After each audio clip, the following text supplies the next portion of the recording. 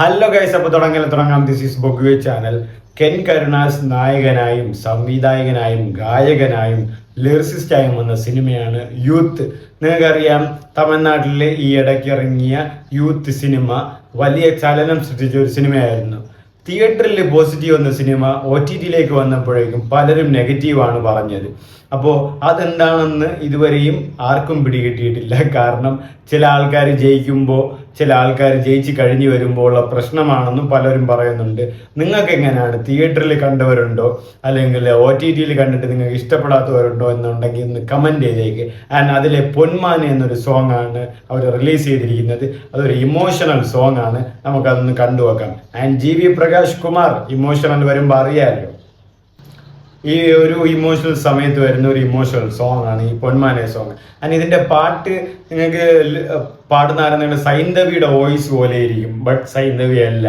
And GV Prakash ഈ cinema free ആയിട്ടാണ് music ചെയ്തു കൊടുത്തതെന്നാണ് അറിയാനും കഴിയുന്നത്. അപ്പോൾ അത്രയും പുള്ളി ഫ്രീ ആയിട്ട് ചെയ്തു കൊടുത്തിട്ടും പുള്ളി അത്രമാത്രം എഫേർട്ട് ഇട്ട് തന്നെയാണ് മ്യൂസിക് ചെയ്യുന്നത്. പിന്നെ ഇമോഷണൽ സൈഡ് വരുമ്പോൾ പുള്ളിക്ക് വേറൊരു സൈഡ് ഉണ്ട്, അതെല്ലാവർക്കും നന്നായിട്ട് അറിയാം. ആൻഡ് ഇത് കേൾക്കുമ്പോൾ തന്നെ നമുക്ക് ആ ഒരു ചെറിയൊരു ആ ഫീലിംഗ് ഇമോഷണലായിട്ട് തന്നെയാണ് അത് കൊണ്ടുപോകുന്നത്. അതാണ് GV പ്രകാശ്. ആൻഡ് കെന്നിന്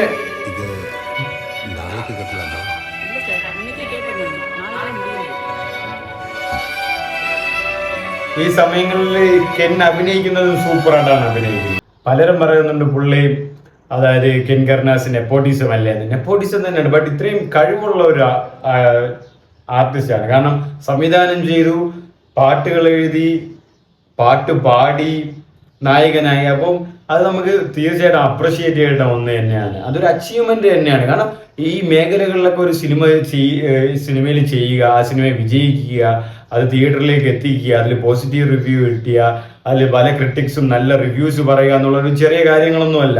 കാരണം അതിലുള്ളൊരു കാസ്റ്റിംഗ് കാര്യങ്ങൾ നോക്കുക, അത് പുള്ളി എന്തായാലും നോക്കിയിട്ട്, പിന്നെ ആ ഗ്യാങ്, കെൻ ആൻഡ് ഗ്യാങ്, ആ ഫ്രണ്ട്സുമായിട്ടുള്ള ആ ഒരു സിറ്റുവേഷൻസ് ഒക്കെ ക്രിയേറ്റ് ചെയ്ത ഒരു സിനിമ ക്രിയേറ്റ് ചെയ്യുക എന്ന് പറയുന്നത് ചെറിയൊരു കാര്യമല്ല. അതിന് സപ്പോർട്ട് ചെയ്ത് GV പ്രകാശ് മ്യൂസിക് ഡയറക്ടറായിട്ട് വന്നതും ചെറിയൊരു കാര്യമല്ല, അതൊരു വലിയ കൈത്താങ് തന്നെയാണ്. ഇവർ രണ്ടുപേരും തമ്മിലുള്ള ആ ഒരു കോംബോ, അച്ഛനമ്മ സൂപ്പറാണ്.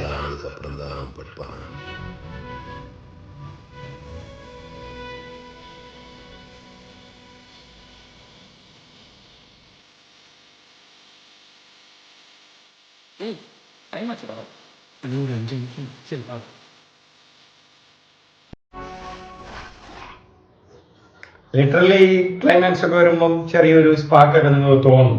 സ്പാർക്ക് മീൻസ് ഇങ്ങനെയാണെന്നൊക്കെ. അത് പ്രത്യേകിച്ച് ഈ സ്കൂൾ ടൈം പഠിച്ച് അങ്ങനെയൊക്കെ ഉള്ള ഭയങ്കര റിലേറ്റബിളും ആവും. ഞാൻ ആ സിനിമയുടെ പേരും അതാണ്, യൂത്ത് എന്നാണ്. ഞാൻ ഈ പാട്ടും പൊന്മാനെ പാട്ടും നന്നായിട്ടാണ് പാടിയിരിക്കുന്നത്. അതിന് ഇതിൻ്റെ മ്യൂസിക്കും അതുപോലെ എമോഷണലി അറ്റാച്ച് ചെയ്ത് നല്ല സ്ലോ ബീറ്റിൽ സൂത്തിങ് ആയിട്ട് പോകുന്നതാണ്. ഇങ്ങനെ പതിയെ ആൻഡ് ഇവർ പ്രത്യേകിച്ച് സുരാജിന്റെ വൈഫായിട്ട് ക്യാരക്ടർ, അതായത് നിങ്ങൾക്ക് ആ പുള്ളിക്കാരി അറിയാം, പുള്ളിക്കാരുടെ പേര് വിട്ടുപോയി, ദർശിനി അങ്ങനെ എന്തൊക്കെയാണ് ആ പുള്ളിക്കാരുടെ പേര് എനിക്ക് വിട്ടുപോയി. അവർ തമ്മിലുള്ള അച്ഛൻ അമ്മ ആ ഒരു കോംബോ എന്ന് പറയുന്നത് സൂപ്പറായിരുന്നു. ആ ഒരു കെമിസ്ട്രി സൂപ്പറായിരുന്നു. അതിൻ്റെ ഇടയിൽ കെവിൻ വരുന്നു, കെൻ അതിൻ്റെ ഇടയിൽ കെന്നിൻ്റെ ആ ഒരു മകൻ ക്യാരക്ടർ, പിന്നെ അവർ തമ്മിലുള്ള തമാശകൾ, പിന്നെ അവസാനമുള്ള ആ ക്ലൈമാക്സുകൾ, പിന്നെ അവിടെ സുരാജിനെയൊക്കെ കൊട്ടി ആഘോഷിക്കുകയാണ് ഇപ്പൊ. കാരണം സുരാജ് ഭയങ്കര നടികനാണെന്നൊക്കെ പറഞ്ഞ്, കാരണം പുള്ളി ആ സെന്റിമെന്റിൽ നമുക്കറിയാം, ആക്ഷൻ ഹീറോ ബിജുവിൽ തൊട്ട് സുരാജ് ആ ക്യാരക്ടർ റോൾ ചെയ്തതിന് ശേഷം പിന്നെ അവർ തിരിച്ചു വരവൊന്നുമില്ല, ഒറ്റ പോക്കാണ്. ഇപ്പൊ തന്നെ തമിഴില് വിക്രമിൻ്റെ കൂടെ ആ വീരാധീര സൂര്യൻ സിനിമയിൽ അഭിനയിച്ചു.